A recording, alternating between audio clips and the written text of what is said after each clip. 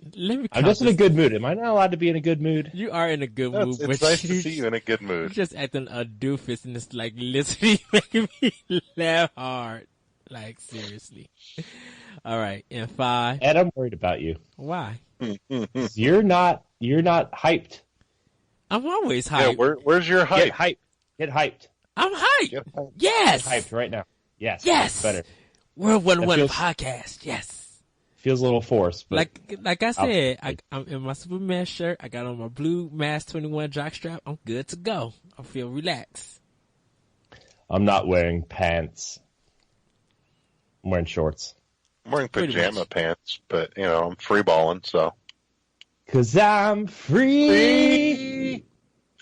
Free balling.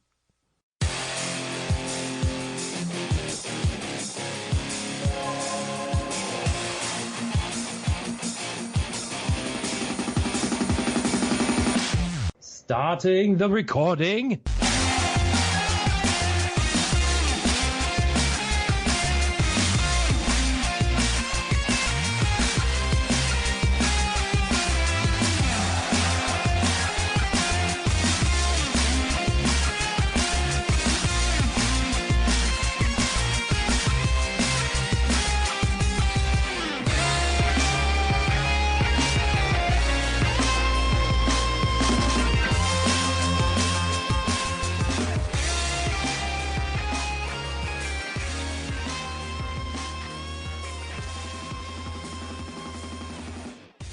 Welcome, everybody, to another episode of World 1-1 Podcast. I am your host, as always, Larry the Bearded Wonder.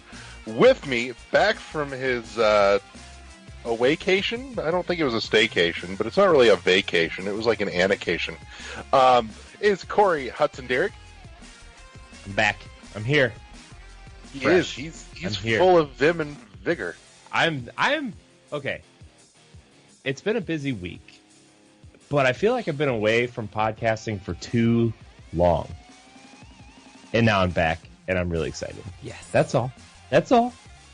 I'm really hyped. I'm really excited. I'm toning it down, but I'm excited.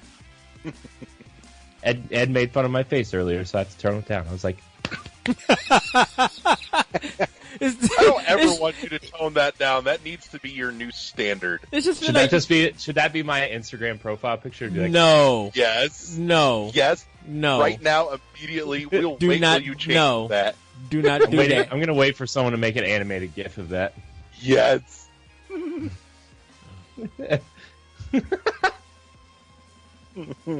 I miss you guys so much. Aw, we miss you too.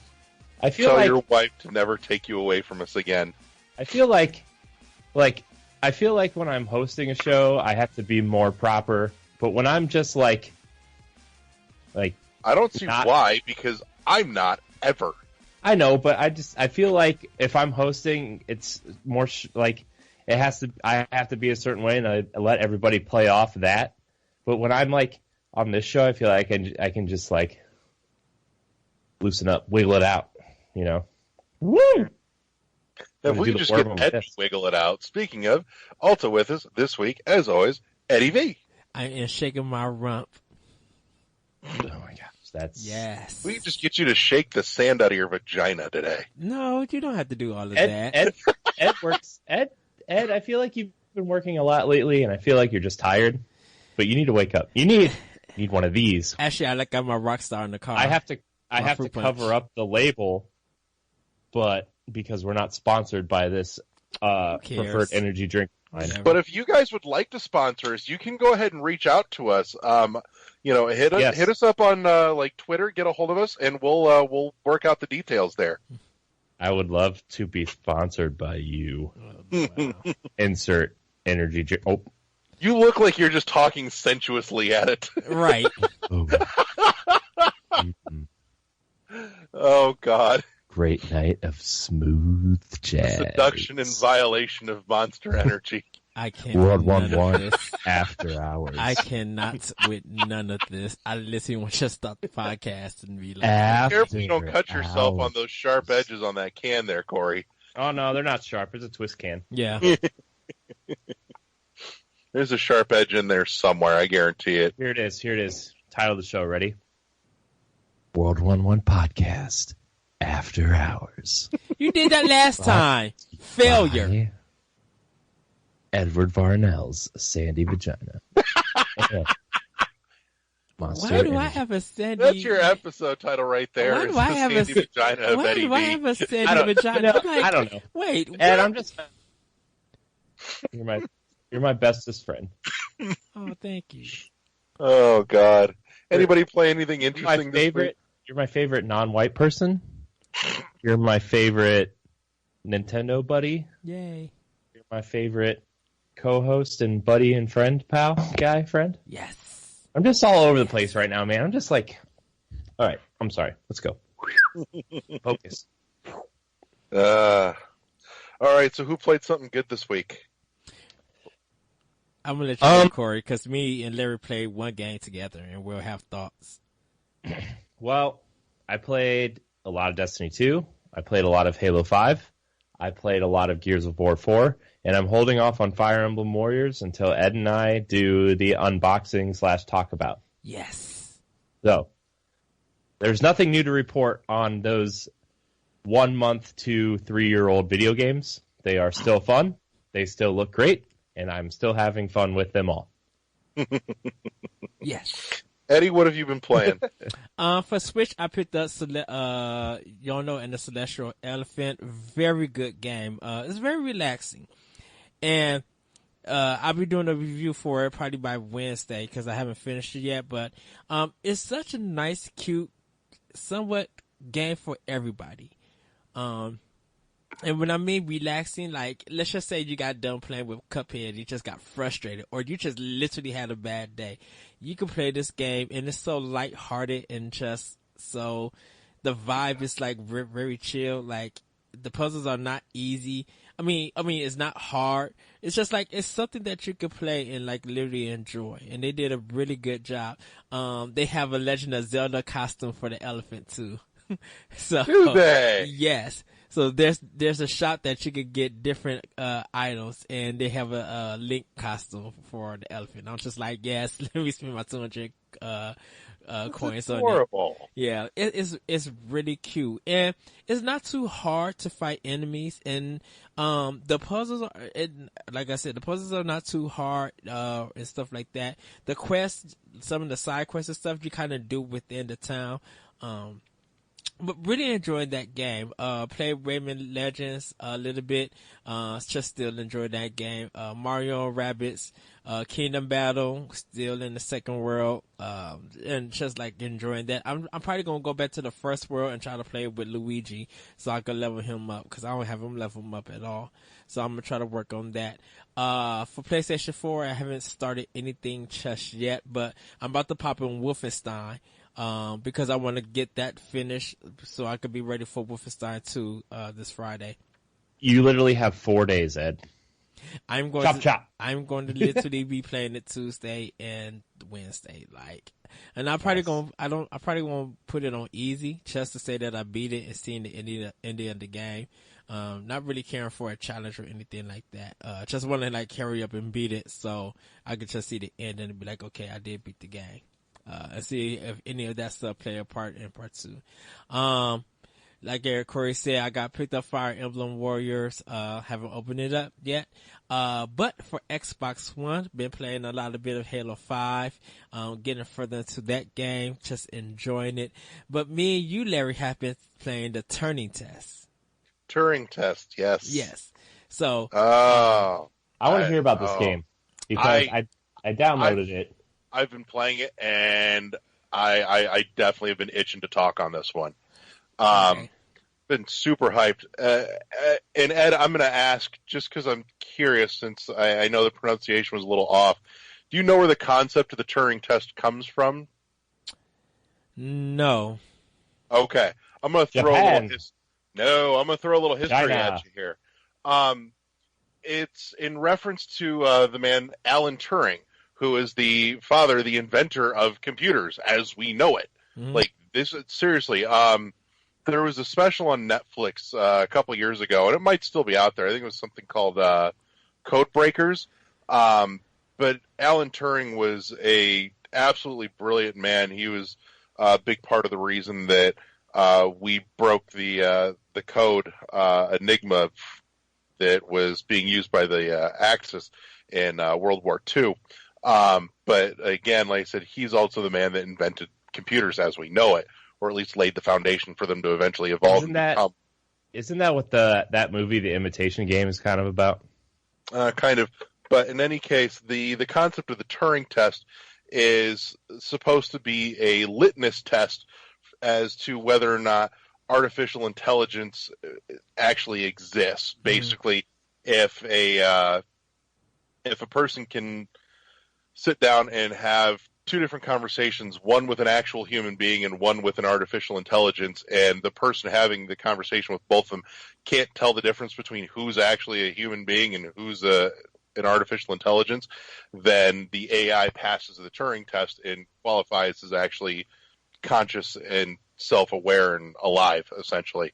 That's the basic gist of the Turing test. Mm-hmm. That's your little history lesson. But in any case, so we have this spiffy little game called the Turing Test, and at its most basic, you would think it's a little derivative of Portal up front.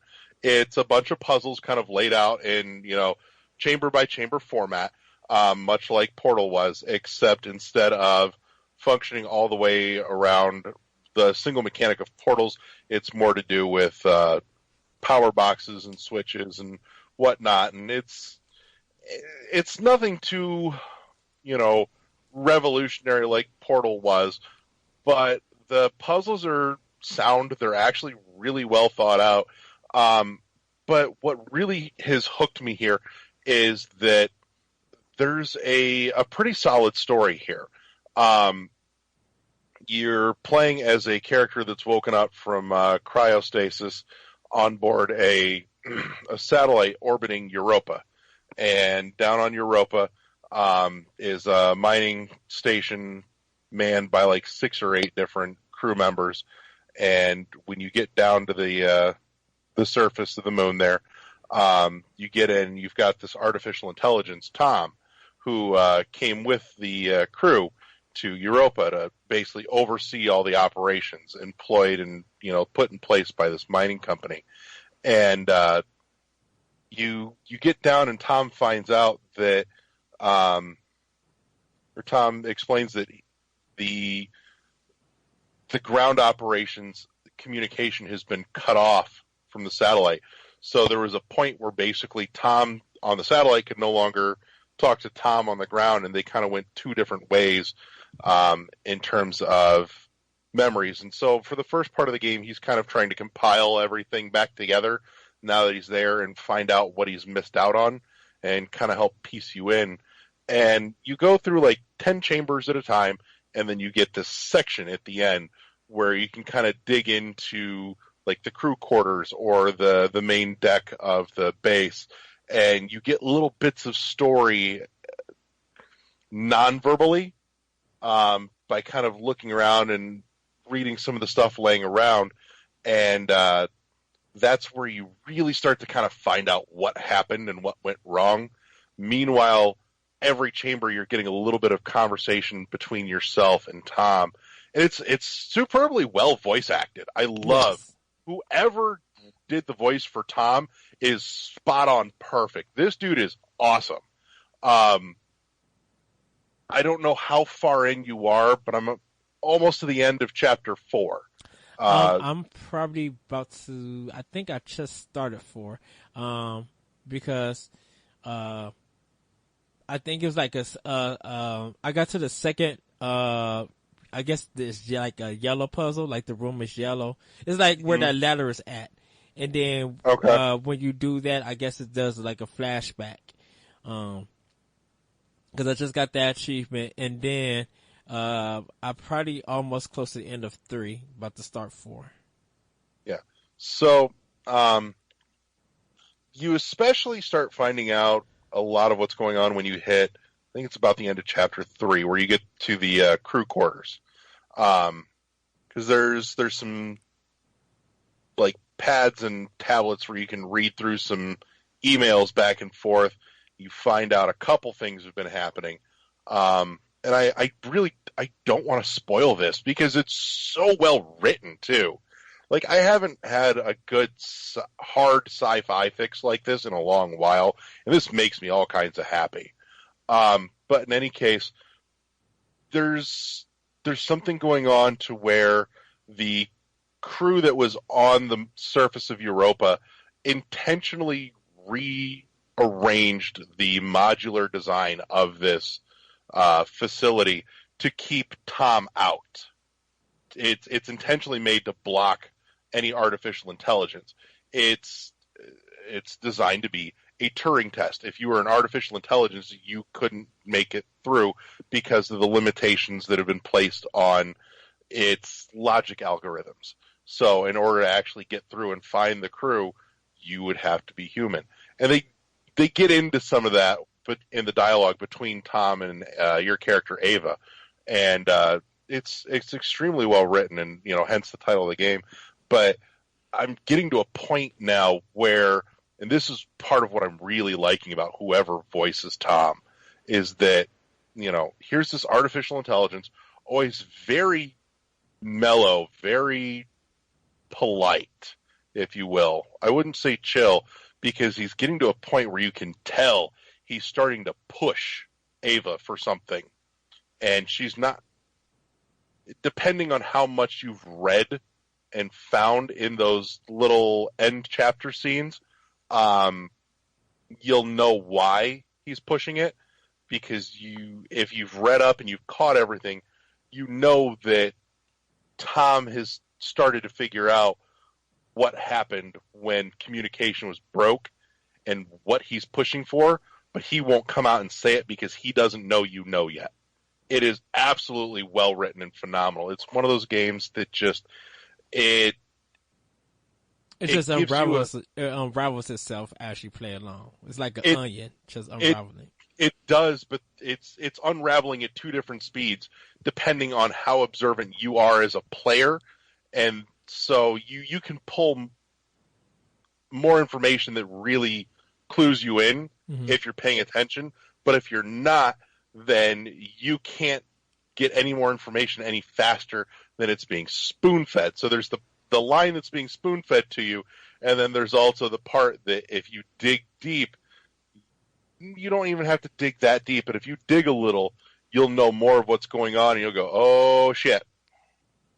But it's extremely well written for something that could have just been, here's a game with some puzzles. They put a solid narrative to this, and I am super impressed. Like, yes. I've been picking at this all weekend, and I'm loving every bit of it. It's really good. I'm loving the puzzles. While speaking to it, I just think Portal 2, I think the female who voiced who was like the announcer in Portal 2, I think she's better. Oh, you mean Gladys? Gladys. I think she's better than Tom. Because there's something. Two different things. I mean, Portal was driving for humor, too. I mean, they're two different things, but like, there's something about Gladys' shadiness that makes me laugh, and Tessa loves her. And it's supposed to. Can I ask you something, Ed? Yeah. Mm-hmm. So I heard on a couple podcasts when this game became free, people started talking about this game a little bit more and more, and it got me thinking, like, would people be talking about this game a lot more if this game came out before Portal and Portal 2 instead of after? Because I've heard a lot of comparisons in terms of, like, not the writing style, but how good the writing is, and similar style puzzles, and just that kind of story-based puzzle game. Mm-hmm. I think people will talk about it, but the thing about it is the problem with it is that Portal cannot come out from Valve, because Valve has so much attention and so much love from a lot of their fans. People are looking forward to whatever they put out. So if Valve didn't put out Portal 2, I think if Portal 2 would have came out from an indie developer, I think it would have got the same talk as this game would have. But because Valve, I disagree. I just meant, like, do you think people would be like, because Portal kind of popularized the puzzle, that style game. The puzzle chamber. Yeah. But everything that I'm hearing about this game is kind of similar in terms of structure and stuff, but, you know, obviously Valve had the budget and the writers behind it. But if this game came out before Portal, do you think people would be talking about this game the same way people talk about, you know, Gone Home kind of being the kind of first and classic, like, walking simulator, or like, you know, how Resident Evil 4 kind of popularized the third-person shooter, but Gears of War kind of perfected it, that kind of thing. Yeah, you know? I think people would be talking about this game more. Yes, but because, not like Portal. But, well, the thing with, like I said, the thing with Portal is because that game is attached to Valve, and people love Valve's work. They look forward to whatever they put out. Now, you might disagree, but look how much people are still waiting for Half-Life, and how people are looking forward to another Left 4 Dead. Like, anything from Valve as a game, people, just people in the gaming community are looking forward to. I'll tell you why I disagree, but Valve has nothing to do with it. See, here's where the two diverge. If Turing Test had come out first, yes, it would be more talked about, one, and Portal probably wouldn't have had as big of an impact as it did. It would have, because they're two different gameplay mechanics, and Portal's gameplay mechanics stand out over the Turing Test. Gameplay mechanics, yes, but I structure. Structure, however, the structure is still Portal 2. Still Portal would have had it over, because of Portal allows you to think outside the box. So you have different ways. You have different. Shut up. You have different ways on how puzzle can be solved in Portal, because Portal deals with physics. It deals with a little space and time, but it deals mostly with physics. The Turning Point deals more with what logic. A little bit logic and more what fits. Because the thing about it is, when you're taking the squares and you're taking the little balls and style of light, you only could put them in certain parts. And you have to think about, with the logic part, what order are you going to do it? You know, so here's your other big differential, though. Portal has a bigger mass appeal because of the writing, and I say that in the sense that Portal's writing is geared more at humor. Turing Test is written more like a good hard sci-fi novel, and you write something with the intent of humor, even dry humor, the way that Portal delivers it. You get a much bigger mass appeal than aiming at a hard sci-fi audience like Turing Test does. You know, Turing Test in itself is already a reference to something very specific that's well known throughout the science and the science fiction community. You know, the name alone is part of what hooked my interest a couple months ago when I saw it. I couldn't quite bring myself to plunk down funds on it at the moment, but you know, when I saw it was going up with Games with Gold this month, I got super fucking excited. I was curious to see what they had on offer. You know, anybody that knows enough to at least, you know, hook me with that term probably knows enough to write me a decent sci-fi story. I went in expecting so-so writing, and I got really good writing, and I got great acting to go with it. Well, because of between the premise of both games, Portal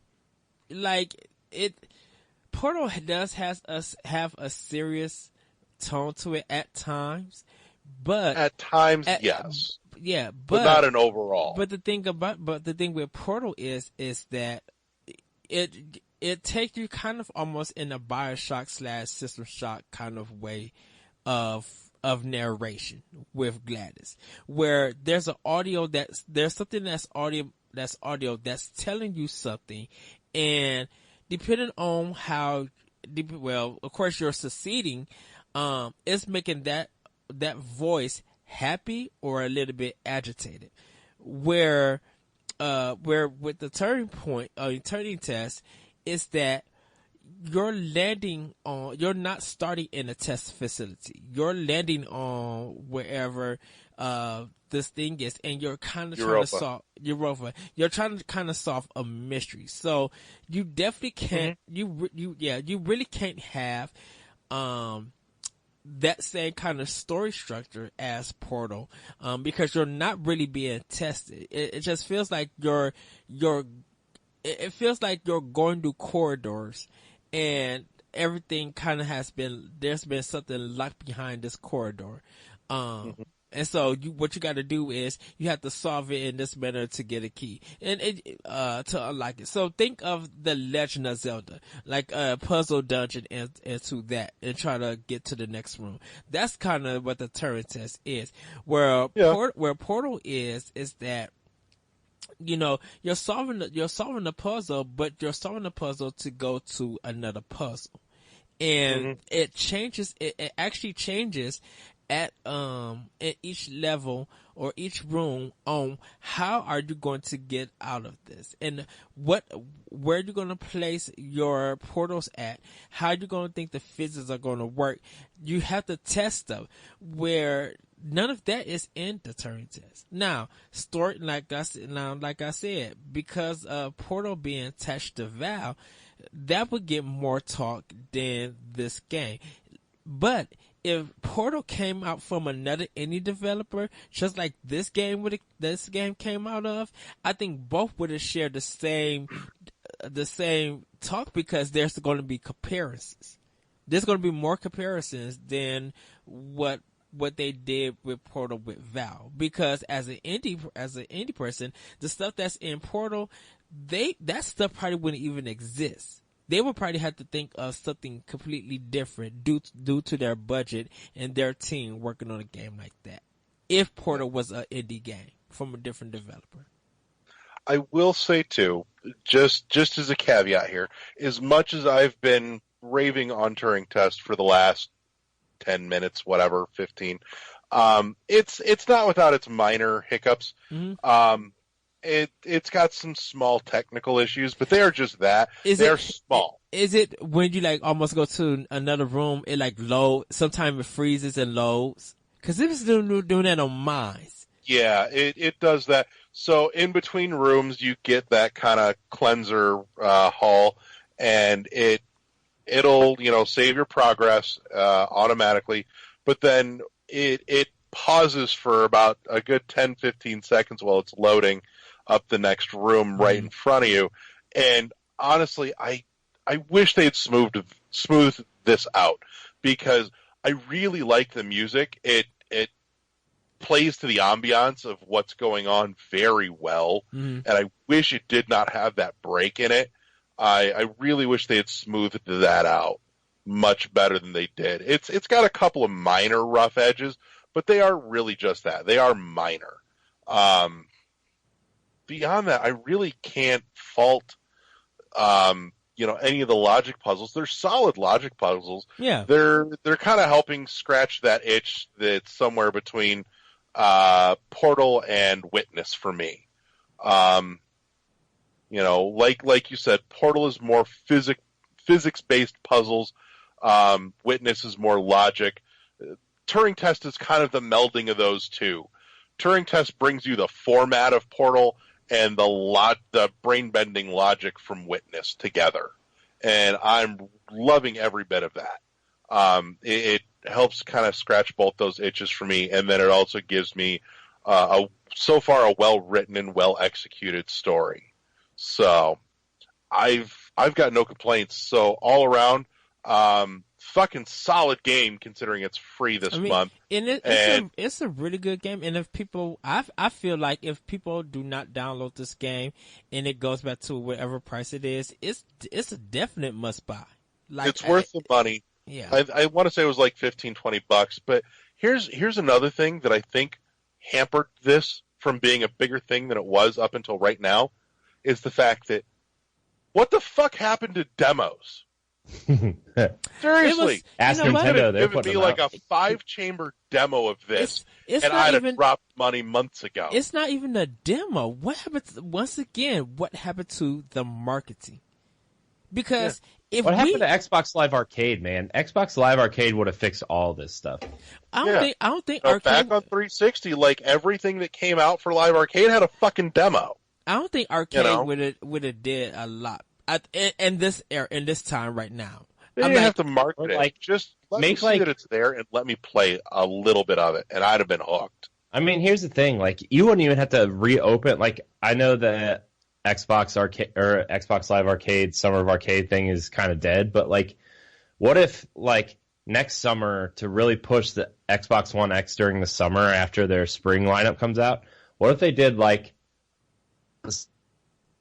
indie summer promotion or something like the same? Yeah. It would be like similar thing as Summer of Arcade, but like they pick like 6 or 8 big indie games and just promote the crap out of them week after Curate week. some after shit week. and highlight the fuck out of it. that's Yeah. that's going to be up to Microsoft is going to go out and get indies, because a lot of people feel betrayed that Microsoft hasn't reached out to indies. Like it just feels like the transition from 360 to I think they're doing a better job right now than PlayStation is. Oh, yeah. But I mean, like, other than that, like, Nintendo is like, indies are the lifeblood of the Switch right now. Like, Oh, yeah. Shit, But that's the Switch turned into the indie box that we all thought Ouya was gonna be.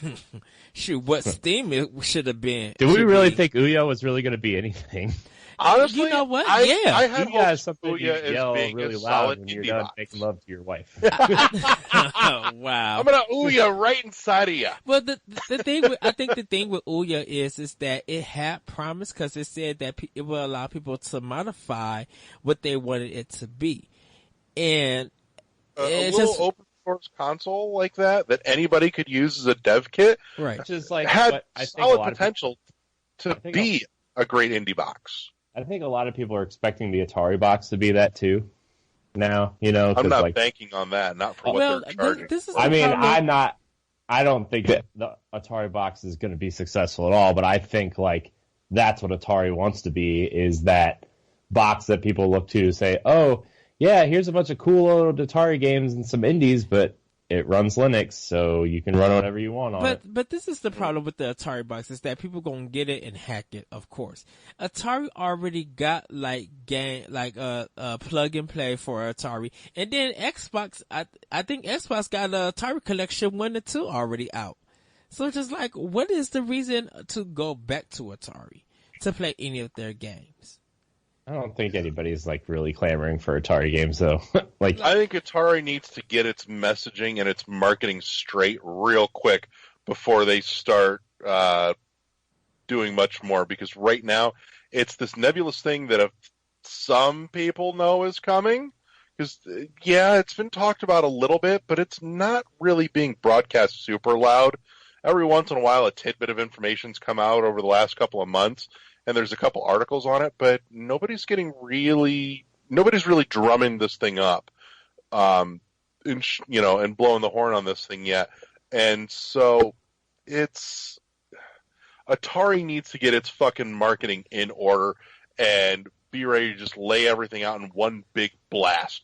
Be like, look, what's up, motherfuckers? We're back. We've got a brand new machine, and this is what it's about. And I don't think And, think it's gonna hold any weight. I think people have actually moved on from Atari. I mean, oh, dude, like if you want old Atari games, just get one of those stupid Atari flashback things. Whoops, like that are like $40 or $50, the plug and play ones. Like, well, I'll that's just pick up a collection disc on, PS. yeah, I mean that too. Like, there's better ways to play old Atari games. I mean, my phone. Tell me why I should has a spend free app of Atari 300 games. bucks on the new Atari Box. Why is this relevant to me? Now, if you're, curating what, the best of all things indie from the PC world that I can't already get on my console, we'll talk. If I've got a way to simply consoleize things like Dead Cells and Owlboy and all kinds of other shit off of Steam that, you know, is not anywhere on a console, I'm interested. Mhm. But that's got to be your drive, and you've got to bring me everything. You can't leave shit out. Well, I think what Atari should do is just take all the old Steam Greenlight games, like the really bad ones, and just like put them on their system, and really market to No! market to Why would this. you want to immediately flood your marketplace with crap? Because the thing about it is, I think people love when there are bad games and it's being streamed and comedic commentary is on it. Because You're talking about a niche market, though. I mean, Because remember, you can. I mean, There's only so many people that want to buy bad games to stream it because they're not making money off the people watching the streams of bad games. But I think Atari would make money off of their bad games, off of those bad games. There's not enough there. For that. Atari doesn't have nothing strong enough to keep anything afloat. Like that's why Atari needs to start curating all that indie goodness. They need to do something though.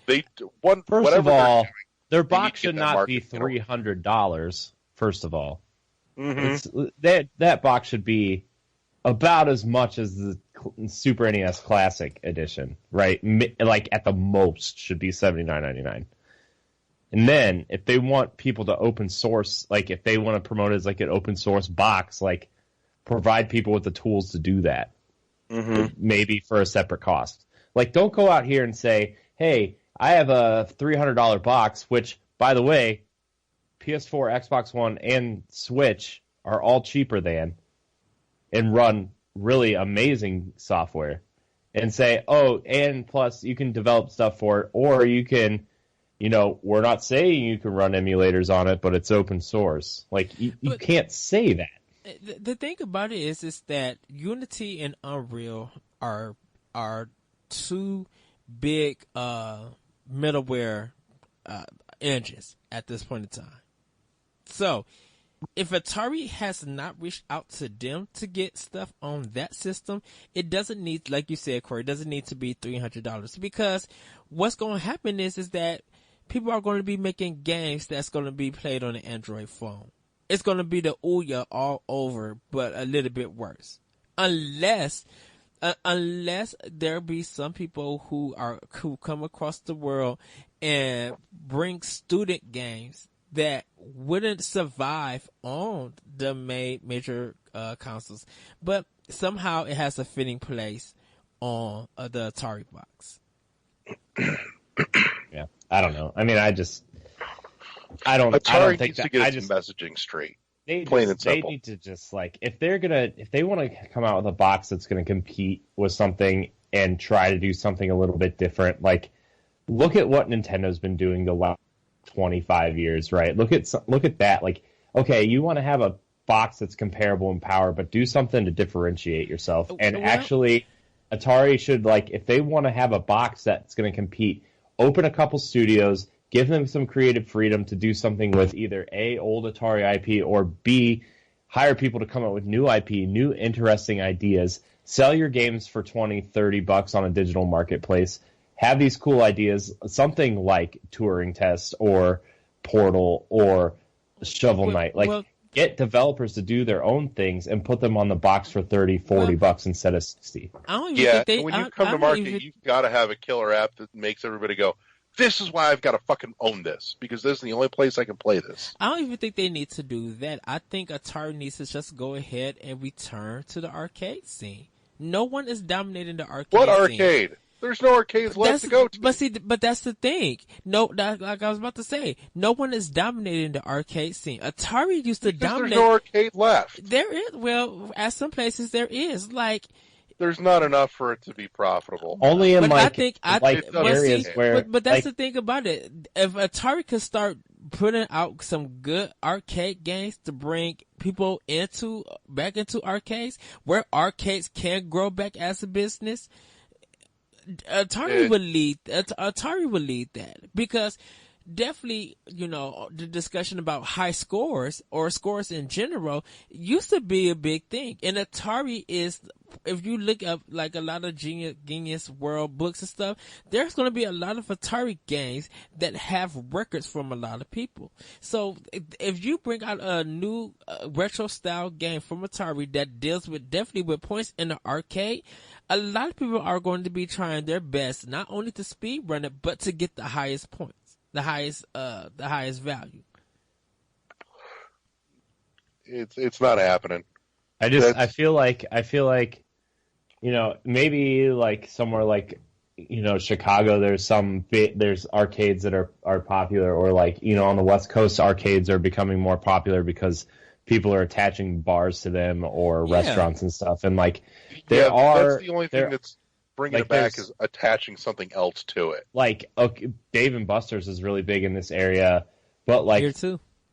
You have to have something that go with the arcade. There's got to be like food or alcohol or something more enticing than just games. Like and I'm not saying that's a good thing, because it sucks, because like arcades are awesome, and I miss being able to drive 10 minutes from where I live and go to an arcade and spend like $3 or $4 in quarters that I had saved up when I was a kid to go and mash on buttons on the Ninja Turtle machine, right? Like, I miss those days, but at the same time, the reality is like not enough people miss those days to actually do something about it. But see, I think a lot of people will go and do that. If that form of gaming could come back, if arcades go and its original form, that form of gaming still exists. It's now in your pocket on your mobile phone. But see, that's the thing about it.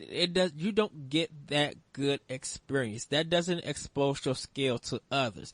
Where those all come with online leaderboards now. That's the thing about it. You're hiding yourself. Just because you're playing online doesn't mean that your skill is going to be attached to you. Because one of me and Corey is playing, and I put the headphone mic on Corey, and you don't know that Corey has the same skill as I am. But if we met up at the arcade, Corey now has to prove himself with whatever skill. And if you could see the difference, it'd be like, oh, you really can't play Ikaruga, or. And I come and you'd be like, oh, you can't play Ikaruga. You're gonna know. I'm really good at those nacho curls at the arcade. Speaking of arcades, Corey, by the way, Thanksgiving weekend, dude, I'm going to be up in your area, so I'm feeling like you and I should maybe trip out to the Dave & Buster's over there. I saw that post, and that's also my birthday weekend. Fuck yeah, that's even more reason we need to go. Well, I will see what the wife says. We should definitely try to do something. So I'm left at work. Oh, yeah, pretty much like good a year for you. My birthday is Black Be Friday. glad you still have a place of employment at the moment, considering. Yeah, trust me. I'm pretty sure my birthday is the busiest day Ed will work all year. No, I'll be working harder on during Hanukkah than I will be during Black Friday. Oh, trust me. Like, people come in and get the sale, whatever's going on for 2 hours, and then they move on to the next place. And like, it's literally dead. But Hanukkah stuff, yeah, I'll be busy because everybody's gonna be trying to get the gift for that day to give to a kid. So, back on track here though. I have been playing something else. I've been blasting away at some Tiny Barbarian on Switch. Oh my god. Yes. So what kind of game is Tiny Barbarian? I've heard it referred to as a decent, easier Ghouls and Ghosts. Yes-ish. It's a very retro action platformer. It controls better than Ghouls and Ghosts. That's probably a big part of why Ghouls and Ghosts is as hard as it is. So does everything else. Yeah, but it's a very, very 8-bit game. It has some tinges to me of Ghouls and Ghosts, of Battletoads. There's even a golden axe reference in there if you're sharp. But I'm loving it. To me, this is kind of the Switch's equivalent to Cuphead. Not in the style of game, but in the fact that here we have a game that is unapologetically difficult, but not unfairly so. Gotcha. Yeah, because like I put it on my Switch wish list. Now, Get yourself a hard copy. Ed knows how long my Switch list is, and this has been on it for maybe a month. Yeah, this just came out, and you totally need to find yourself a hard copy. Let me tell you what. It's another one put out by Nicholas, which means you're going to get a beautiful instruction manual in there. It's got this awesome little comic for 7-8 pages. For our younger listeners, what is an instruction manual? Yeah.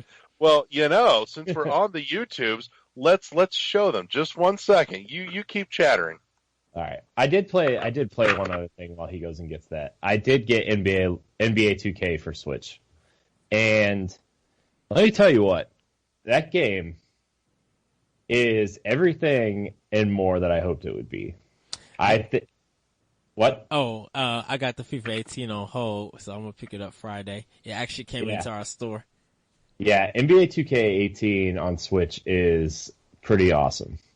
But we'll talk about that after he shows us. I think only GameStop is selling Tiny Barbarian because I haven't seen it in no other store. Amazon is also selling Amazon, it. Yep. Oh. So first of all, Tiny Barbarian comes with a sweet little reversible art cover. You've got the side that it comes stock with here, and then you've got the alternative cover that's a little more retro art. It's oh my gosh, that's amazing! Yeah, it's fantastic. Dude, Nicholas does some awesome reverse covers. Yeah, they do. The Binding of Isaac reverse cover was great. The what was the other one they put out? The Cave Story. And this, and then they just showed off the cover for The End Is Nigh, which is by the Super Meat Boy team. Mm-hmm. And that front cover looks cool, but the back cover looks even more amazing. Yeah. So where did Nicholas come from? They're just putting out everything on Switch. And they've been around since Wii. They've been around since the Wii days. Yeah, think back to Cave Story on the Wii. So, also, your hard copy of Tiny Barbarian comes with, much like Cave Story did, this, nifty little, satiny velvety pouch thing, and it's got an awesome little Tiny Barbarian keychain with him riding the fucking Bumblebee, which awesome. You'll get to in the second chapter of the game. But that's amazing. You've got this gorgeous manual.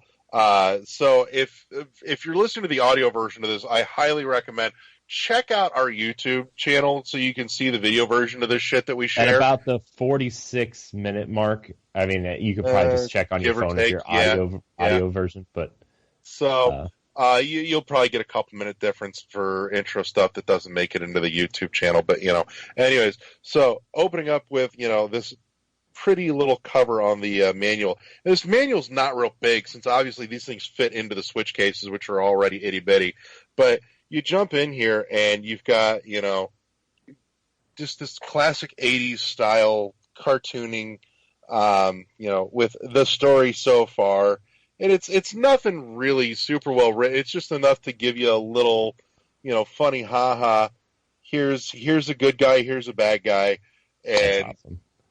Some of just the other artwork. Oh my god, I don't think I even noticed this until right now, dude. I'm about to blow your mind with what you're going to see. Brace yourself. Bam.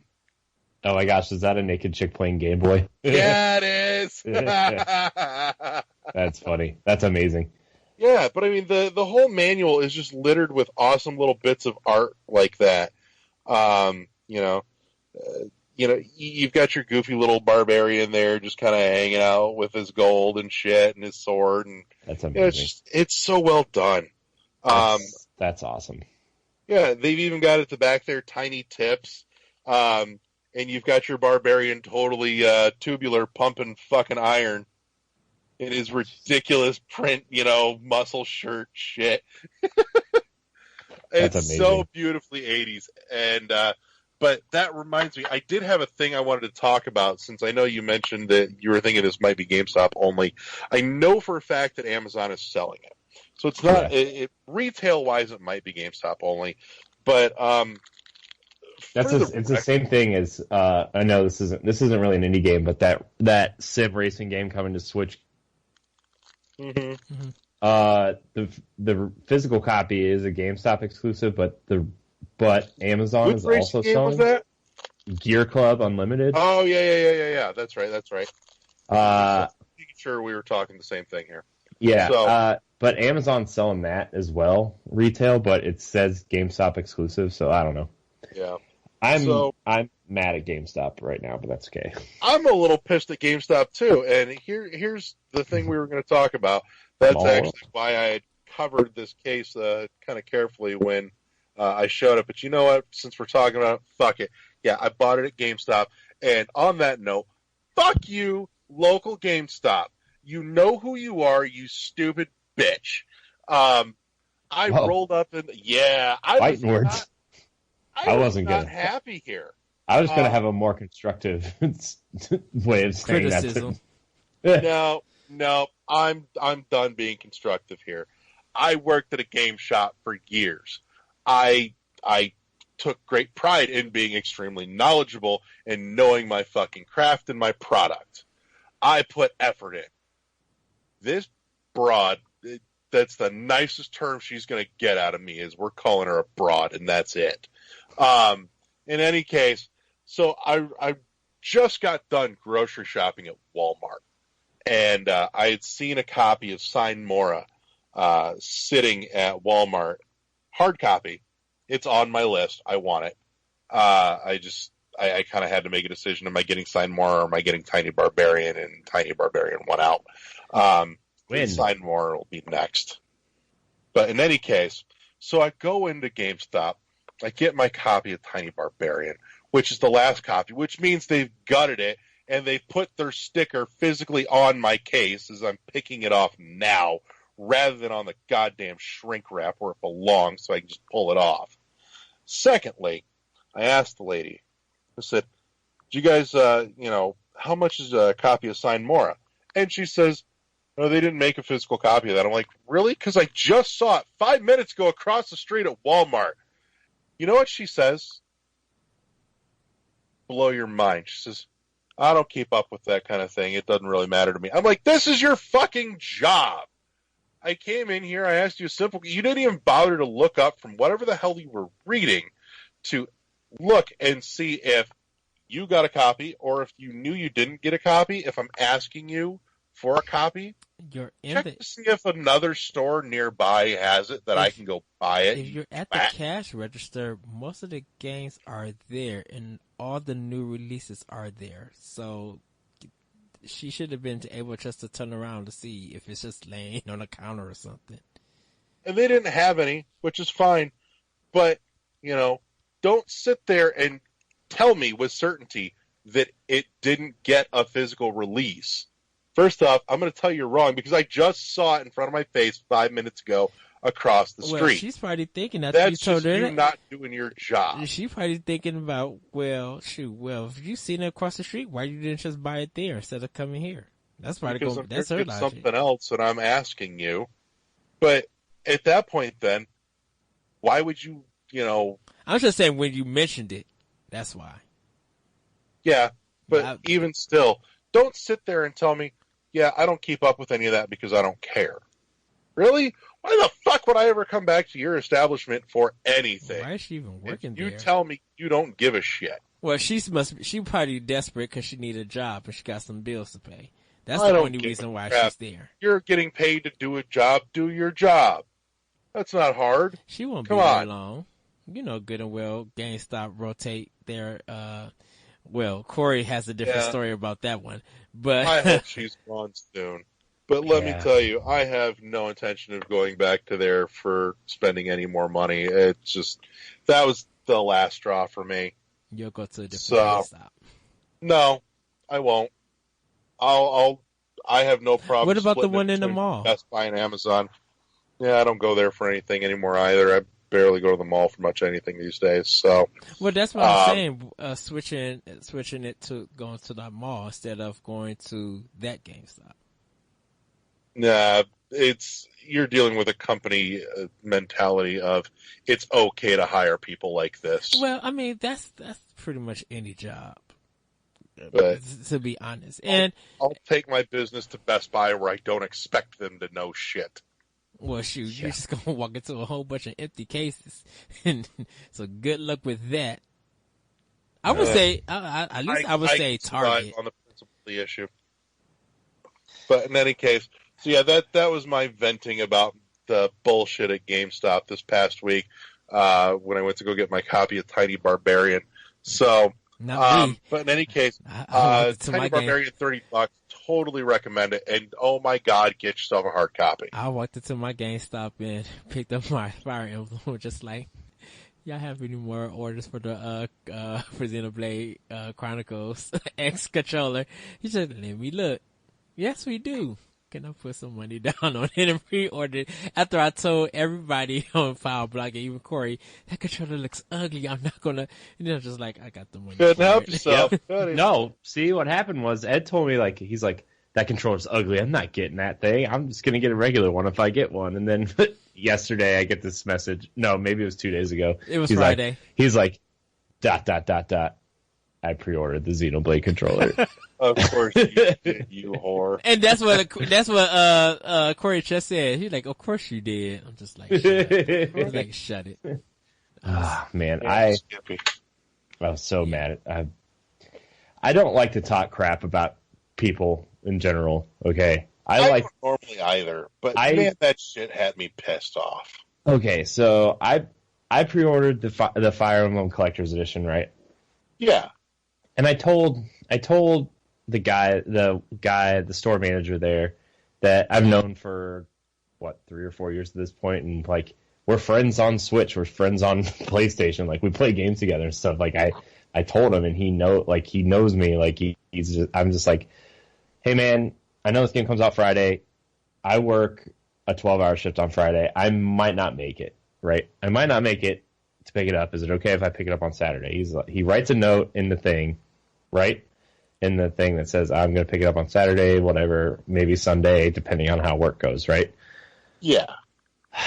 So I call to make sure on Friday during my break, and the one employee that I do not like working with, like every time he's there, I usually either walk out or walk around for a little bit just so I don't look suspicious, and then I walk out.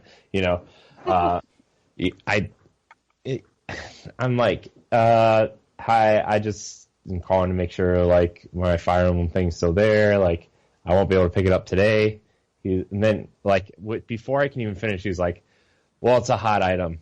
We might have to sell it today if somebody wants it. But see, and this is the problem that I even have with you, Corey, which is like, dude, he paid for it. You just can't sell something that's already been paid for. Plus, it's like the day of release. You can't sell something on the day of release. Yeah, exactly. I'm like, well, I pre-ordered it, and it's paid in full, so I probably pick it up tomorrow because I work all day today. He's like, well, there's no guarantees it's going to be here. I'm like, what? Like, are you kidding me? So, like, the next day, I go and pick it up after work, and he was there, and I was like, and he's the only one there. I'm like, crap, I can't just, like, talk to somebody else or whatever. And so I go and, like, pick it up. He's like, you're lucky. Somebody was on their way here to get this. I'm like, well, I pre-ordered it, and I told your manager, like, look, I'm probably not going to pick it up on Friday. I'll pick it up on Saturday. And he's like, well, someone was actually on their way here to pick it up, but since you had it pre-ordered, here you go. I'm like, oh, that's not how business works, dude. If you do a pre-order, your system tells you all how many that you're supposed to be placed on hold, and you're not supposed to sell them. They don't give a shit, though. But see, they want to make sure this stuff clears. But they have a policy for that. I've complained about this employee before to the manager, and I find out when I get there that he's now like the assistant store manager. He got promoted, and I'm like, dude, you're kind of rude, and like you're lucky I just don't cancel all my pre-orders right now. Like, this is kind of like this is the reason why I stopped dealing with GameStop for a long time, and then I came back. I want to know what is their policy about pre-orders. Like, it's 48 hours. It's always been 48 hours. You have 48 hours to pick up your copy before it's free to sell to someone else. Even though you paid it all. Unless you let them know ahead of time that you're not going to be there, then yes. But if it's already paid for, they're not supposed to sell it at all. It's a paid copy. Yeah, but the thing is it's a deposit, but they haven't rung through the item itself. Yeah. But if you paid it off, they still supposed to hold it. They can still hand you your money back, though. Yeah. If they sell that copy to somebody else. Yeah. So, I mean, I'm still like, I'm debating whether or not to go on Friday to get Mario Odyssey from there, because I'm like, I might as well just... Yeah, I've got my copy coming from Amazon. Like, remember when I told you, like, 3 or 4 weeks ago when I went in there to pick up FIFA? Yeah. Or not FIFA, Pokken Tournament. Yeah. The week Pokken Tournament came out. I got there at 10 because I'd be at work at 11. And that same guy was sitting, like he had pulled the chair out of the office or whatever, and had his head down on the desk with the gates still down. And the door was locked. So I was like, okay, well, this guy's clearly like hungover or something. So I went and got gas and came back like 15 minutes later, 20 minutes later, and he was still head down on the desk with the door locked. And I knocked on the door. He didn't even look up. And like, I'm sorry, like I understand, like whatever, this is like maybe not your job of choice, but it's still your job. Like you're a customer service person. You need to be alert, awake, and at least act like you have some sort of purpose being there. You're supposed to have the store open. Yeah, I know. Like that's like a bare minimum requirement. If I'm there at 10:20 knocking on the door because it's locked and your gates are still down, like that's an issue, man. And see, with us, it's like you actually have 7 days after its release, and because we don't do full payment, we do have that copy. So once you bring your receipt and we scan it, you'll pay the rest of it. But you have your copy on hold for 7 days. And then after the 7 day, if you paid with a credit card, it'll refund you your credit card automatically. But if you pay with cash, you have to come in the store to get the cash back. Yeah. I don't know, man. I'm done with like bad service, and it sucks because like I really like the store manager. I'm not going to say his name because like I don't want to get him in trouble or anything. Like if somebody clips this out or whatever and sends it to GameStop, whatever. But like at the same time, it's like, dude, this dude not only should have not gotten a promotion, he probably should have been let go or transferred to a different store or something, because like he's hurting business there. If I was you, I'll just switch my. Yeah, Amazon is still good. I don't know if Best Buy does pre-orders, but I'm like... The only thing about Amazon, though, with Nintendo stuff is they're usually like a day or two late from release day. Amazon is bad. Amazon's bad for all games. I pre-ordered Borderlands 2 and got like that special gun, but they didn't send my game till almost 3 days after the game came out at stores already, and I was supposed to be going out of town, so luckily it came before I like literally left. Like me, the day I ordered, actually me and my friend ordered it through Amazon on that same day, and it both came late. So Amazon dropped the ball on a lot of people's shit when it comes to Nintendo stuff. This seems to be a running theme for them. If it comes to pre-ordering a game that I know that my job is not going to get, and if GameStop is going to act this way, I would just do it at Target. Because at least at Target, if you do some of their pre-orders, you get like a $5 gift card. Like you get some kind of reward for some of them. Yeah, I don't know. I'm just gonna go somewhere else and get Mario Odyssey, and then like I don't know, when I feel comfortable enough to go in there and cancel my pre-orders, I'll just do it later. But like I don't have anything paid off, you know. I just have like the minimum on everything, but I was able to pre-order the Xenoblade controller and the special edition on Amazon still. So like I ended up doing it because they don't charge you an amount until it shipped. So I mean that was good. Plus it comes out after my birthday, so I'll probably get some Amazon gift cards for my birthday from my parents or something because that's all I asked for was Amazon gift cards. So, and I know like my GameStop, like I said, a lot of people don't get a lot of Nintendo stuff there. Cause dude, when I went in and got my Fire Emblem copy, they had like 5-6 of them on the counter, just sitting out there, just like, wow. And the case. I'm like, wow. Okay. Mm-hmm. So I know I kind of went off the rails, but I want to get back and touch on just a little bit more of what all you're going to get in the box with Tiny Barbarian. Because it has not gotten a whole lot of talk anywhere, which I think is really criminal because it's an awesome piece of software. I know we had talked about, how it kind of feels like Ghouls and Ghosts a little bit, and it has kind of that familiar layout where, here's a section playthrough and then see the map again, and here's another section. So if you take like the length of Ghouls and Ghosts and multiply that by about 5, that's what you're getting. Imagine like taking Ghouls and Ghosts, and that's one of the 5 chapters in Tiny Barbarian, which is fairly lengthy considering. I mean, it's a solid challenge, and on top of that, just for like good measure for extra content, no shit, the title screen is a fucking playable horde mode. That's just cool. That's amazing. Yeah.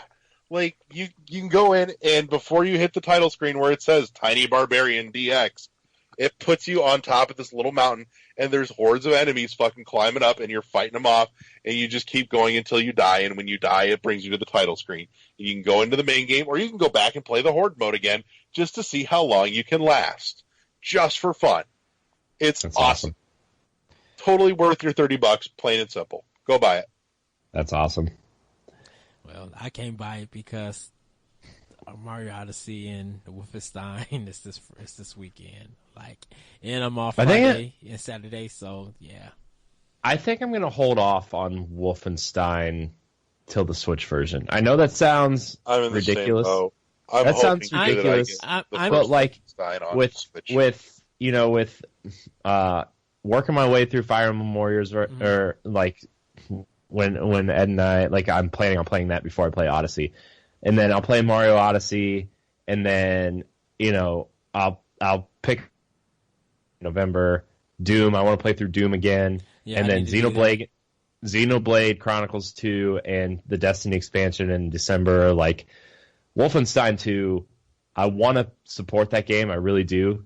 But I also want to support the Switch version. So I'm waiting for it on Switch. Like I said, I'm double dipping for it. I think it's because I own the other 2 games. I kind of want to get it now, so probably give more of an idea of is this a game that people should look forward to? Because once again, I just hate the review policy. I hate the fact that they just drop it and nobody can't really post any reviews until the day of release. And I don't know how the digital copies work on Xbox and PS4. Like, do they all drop at like 12:01 or what? Yeah, I don't know. I think though, honestly, if you want to get a feel of what Wolfenstein 2 is going to feel like I know you, but they changed engines. They switched it over to the Doom engine, so it's going to feel like Doom. A little bit faster. So maybe like after you beat Wolfenstein, maybe pop in Doom for an hour and try to get a feel for that because they did switch it over to that engine, and a lot of people like in preview coverage and stuff says it feels a lot like 1960s Doom. So anybody, I mean not just you, Ed. I'm talking to anybody who's listening. If they're interested in Wolfenstein. That GTFO trailer, by the way, amazing. Oh, about the Nazi thing. Yeah, it was awesome. And people actually made it a controversy. They were just like, I know. Get out of here, dude. God, get out of here. I couldn't believe in white supremacy. but B, it's also a video game. Alternate history video game that, takes influences from real history. But C, you shouldn't believe in white supremacy. So, sorry, I had to say it twice in case somebody didn't hear me the first time and thought I was siding with white supremacists. Well, I think I'm clearly not white. I think when Far Cry 5 comes out, I wonder how the comparisons on both games are going to be, and not really worried about sales, but I'm like, whose story is going to be stronger in its delivery? Would it be Wolfenstein 2 or would it be Far Cry 5? Oh, it's gonna be Wolfenstein. Far Cry, I don't really think people play Far Cry for the story. I think they play it because it has the cool encampments that you can go in and kind of tackle however you want, and this new one seems to be similar to that, where driving into Churchville, USA, whatever. I don't know. I don't think that story is going to be super over the top. I think the messaging and their marketing stuff is going to tell more of a story than the actual game does. Because I think Ubisoft treads this line, and I know we're kind of running long, so I'll try to hurry up. But Ubisoft treads this line where they try to make a statement in their marketing and say their game's going to make a statement, and then the game kind of lightens up on that statement and is more about the gameplay and the mechanics of the game instead of the actual story. Watch Dogs 2, I think, is a good example where they're trying to be they're going to stick it to the government, they're going to stick it to the man, whatever, and then yeah, that's the story of the game, but it's just the story to get, incorporate the hooks of the game into it, So Watch Dogs 2 is good. So yeah, I haven't played it yet. I played the first one on Wii U for 10 hours and stopped. Yeah, I got it for PS4. I need to try to work on it. Yeah, it's a vast. Watch Dogs 2 is a vast improvement, which is weird because I got the first one on 4 and then got the second one on Xbox One. What are you doing, Ed? Because I think after I started playing more of Xbox One over PS4, I'm like, yeah, I'm gonna be doing a lot of gaming on this system. Yeah. Well, the Xbox controller is very nice. Yes, which I actually need to order another one. I know. That's what I really want for Christmas is the Xbox Design Labs one. Ooh, with yes. With a really nice, cool controller with my gamer tag engraved on it, and then a nice little chat pad at the bottom, and a play and charge kit because, well, batteries suck. Yeah. Video games, everybody. Hey. So, also, just I want to put a note here. I'm going to share a link in the show notes for anybody interested. What? Yeah, I know. I do that sometimes. But if you go in the show notes, you will find a link to a Bandcamp download for the unbelievably amazing soundtrack for Tiny Barbarian as well. I cannot praise the music on this enough. Matter of fact, see if I can get this to pick up just a little, because God, you should hear it. There is everything right with this soundtrack. Hang on, let's see if we can get this to come in for you. Is that coming through for you? Awesome. It's coming through. Also, it comes through on YouTube with that really nice copyright strike. Yeah, we heard it too. Yeah. I don't care. It's just enough to. But yeah, it's all just chiptune glory. But it's like a 3-hour chiptune soundtrack on Bandcamp for $14. Totally go get that. Nice. So support the hell out of that. Did you see that the Mario Odyssey theme song, the lyrics are on the inside cover of the game? That's amazing. I hope there's just they put something inside the case for a change. I hope there's a sound test mode, like they did in old games, and it's just the soundtrack, and they just play that song over and over. I hope there's a sing along. too Hope much there's a for sing-along video included. I think Yes. this that. game. Yeah, follow the bouncing ball and everything. Yeah. I think this game may just sell 2 million copies. I think this is gonna be You're talking like one for every Switch in the U.S. at this point. like What, Mario Odyssey? That's yeah. I'm pretty sure it's going to have a higher attach rate than Breath of the Wild. It will. I think Considering Breath once of the Wild had a better than 100% attach rate technically. That's what I'm saying. I'm saying, like, when this game comes out, people are going to be buying this game, anticipating getting a Switch for the holidays, right? Yeah.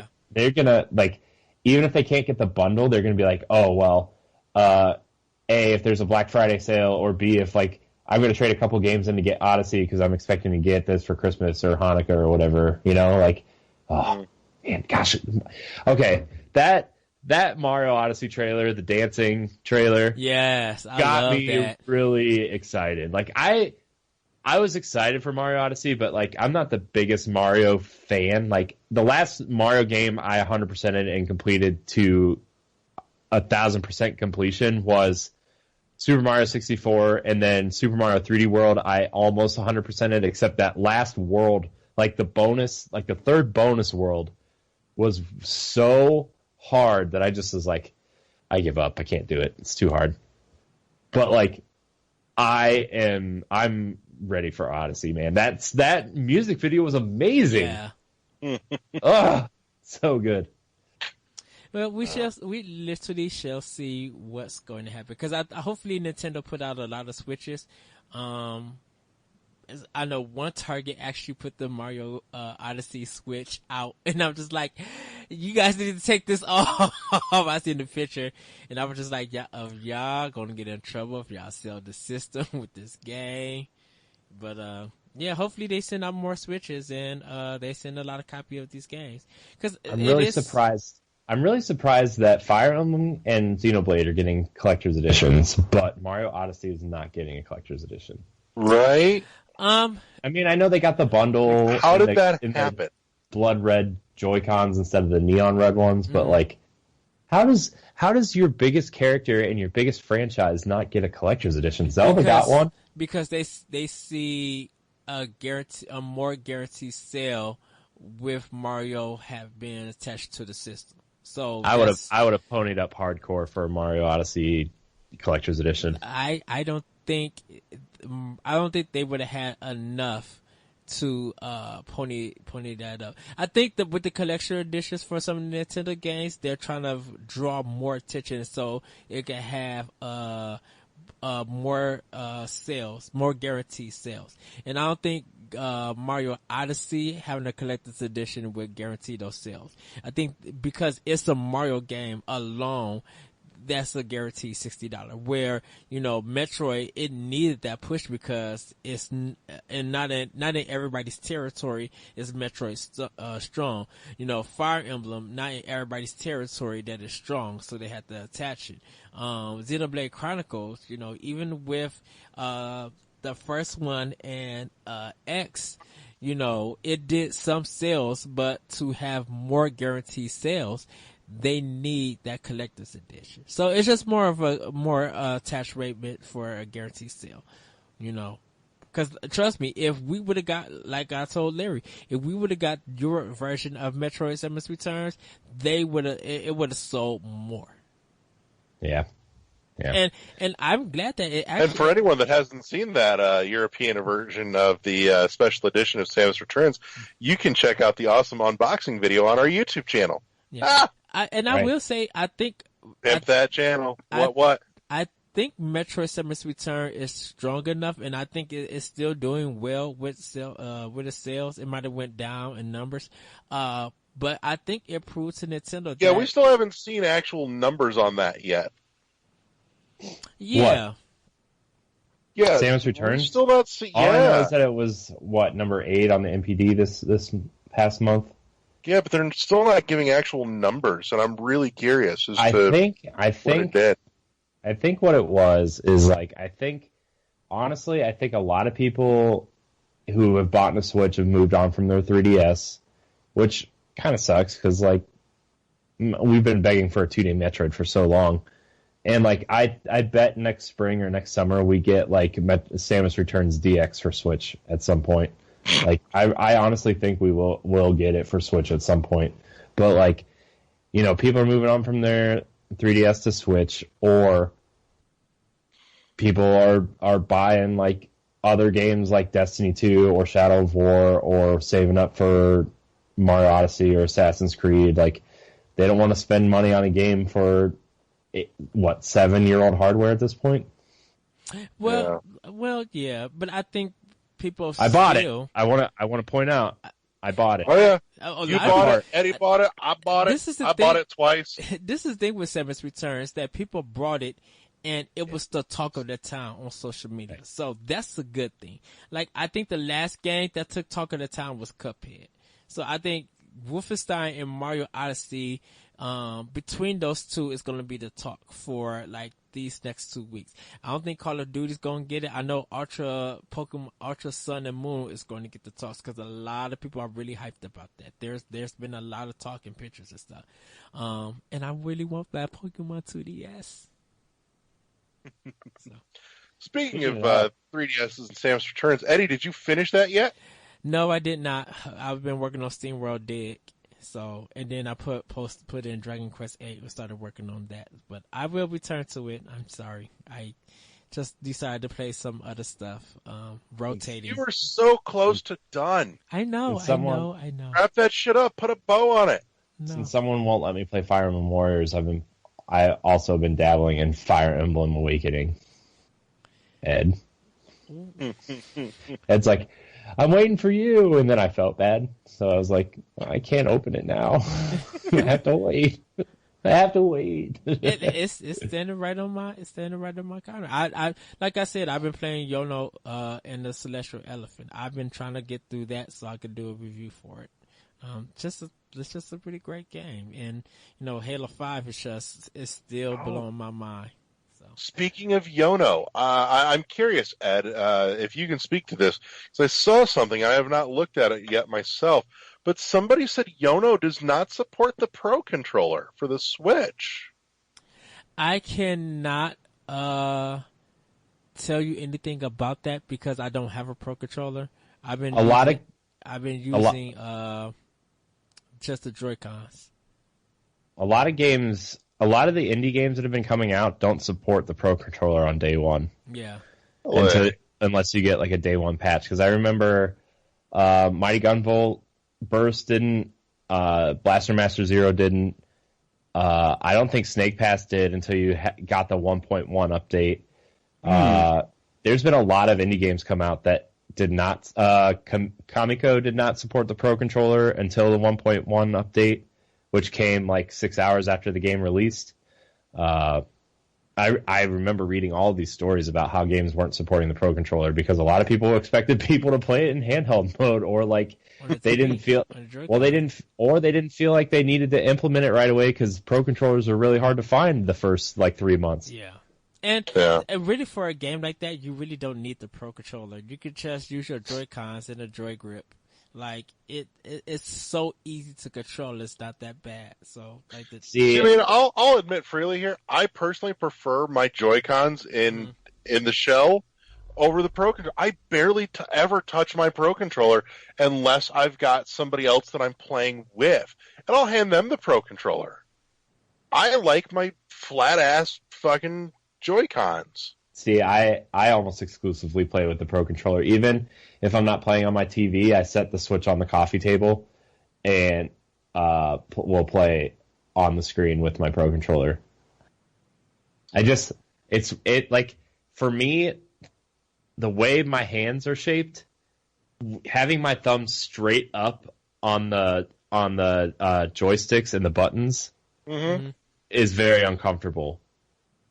So unless I'm playing in like handheld mode or absolutely have to play it like that, like I will play with the Pro controller. I love the Pro controller. It is the best controller since the GameCube controller, in my opinion.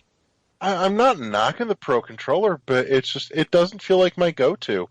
I mean, even my girlfriend was sitting down here playing Breath of the Wild earlier today, and she's laying on the couch, and she's got the Joy-Cons, out, not even in the shell, just, individual one-hand Joy-Cons, because it's so comfortable.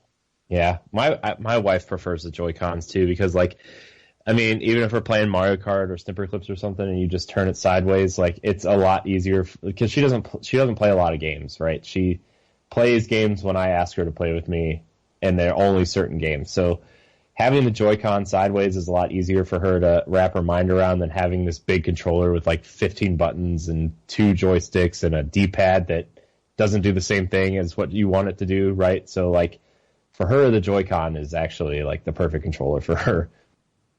I also think part of it too for me might be the fact that I think I got turned off on the Pro Controller with Breath of the Wild, because I remember playing Breath of the Wild with the Pro Controller and having issues with the D-pad not doing what I told it to do. Yeah, some of the launch Pro Controllers had an issue where if you pressed left, it actually read as you pressing up. Uh-huh. I was running into that. Had that. I was not happy about that. The first Pro Controller I had. And so, at some point, probably when I get the Xenoblade one, I will trade that Pro Controller in and then try to find a way to get that Splatoon one, because it's at retail price on Amazon right now. I'm looking at it right now. It's very pretty. It's very pink. I'm into that. But yeah, I know what you're saying, because I had that issue too when I was playing Zelda. And I was getting really mad when I would try to bust out a different sword and it would do something else. Yeah. So. Other side note, as I'm looking at it while we're chatting here, speaking of Nicholas, Cave Story Plus on Switch on the eShop right now is on sale for 10% off. It's only $3, but if you haven't grabbed it yet, it's a great opportunity. Unless you can actually find a hard copy, spend the extra $3 and get the hard copy. But if you're going all digital, save yourself an extra couple dollars and pick up Cave Story Plus while it's on sale. Nice. Yeah. Look at us talking games, having fun, working it. It's all in the hips. Yeah, it's all in the hips. Yeah. Happy Gilmore reference. Yeah, okay. I'm okay with it. No, I approve. All right. So holy shit, we've actually been running for a hot minute tonight. I think we've covered quite a bit. Oh no, you know what? There's still actually shit that's running on the list. We have to save it for next time. No, we got to touch on it just as news. We have to do it next time. I have another podcast I have to get to. It's motherfucking Pokemon. That could wait till next. That could wait till next week. I have another podcast. We can dive deep, but we at least need to touch on the fact that it happened. I have another podcast to get to. We would do it. Touch. Yes, we do. I already have someone online waiting for me. Yeah. We will save it next week. Next time on World 1-1 After Hours. With Eddie Sandy Vagina. Oh, goodness. Area unplug, let's wrap this show up. All right. Corey, pimp your shit. Oh, boy. Okay, you can find me at Corey and UHD on Twitter. You can find me at Corey and HD on Instagram and Twitch. You can find me on NGR Radio, Nintendo Power Block, Arsenal X, all part of the NGR Radio Network. Check out our family of shows. Also, Nerds Gone Platinum, which is a show I'm not on, but also part of our network. Go check that out. Find me here. Find me there. Find me everywhere. Yeah. Eddie, pimp your shit. You guys can follow me on Twitter at ThatRetroCode. You can hear my podcast, Optional Opinion, SoundCloud, iTunes, Google Play, and other podcast apps. Just like Corey, you guys can find me around on NGR Radio with different podcasts and on some of my writings. So do check that out. Yeah, and definitely check out World 1-1 Podcast at Shout Engine, and email us at world11podcast@gmail.com. Also, I fixed the front page of the website, so all the shows are there for your viewing pleasure in order of release date. So NGR, World 1-1, PAL Block. What is that web address where everyone can find that? NGRradio.com, Larry. Thank you for asking. You're so welcome. So yeah, other than that, you can always, as Eddie mentioned, you can find us at our home at shoutengine.com. Also, for your downloading convenience, you can find us on iTunes, where we appreciate you leaving us those shiny star reviews and ratings. Also on the Google Play Music Store. You can also check us out on the YouTube channel for NGR Radio, along with their other giant host of shows. We appreciate it if you, I've got to think of which direction this is now. Click am I pointing the right direction? All right. Click the subscribe button and then click the little bell icon next to it. So I'm trying to figure out if I'm doing that backwards, mirrored, whatever. Bells and whistles. Yeah, that. So, click the subscribe, click the bell icon, get the notifications for when all of our good stuff goes up. Not just us, but all the other awesome shows that is part of the NGR platform. We also appreciate it if you do us a solid and click that little like button that's somewhere, I think, over that way. But in any case, that's it for us. Click, like the Facebook page. We do post news and updates and other tidbits there throughout the week. Working on getting back into getting that a little more consistent. Also, don't forget the NGR Facebook page where you can check out all the other good stuff that NGR puts out, not just us. And you can also join the NGR forums community so you can chat with us and everybody else. Yeah. That's it. Ladies and gentlemen, we're good. And we will see you next time on World 1 Podcast.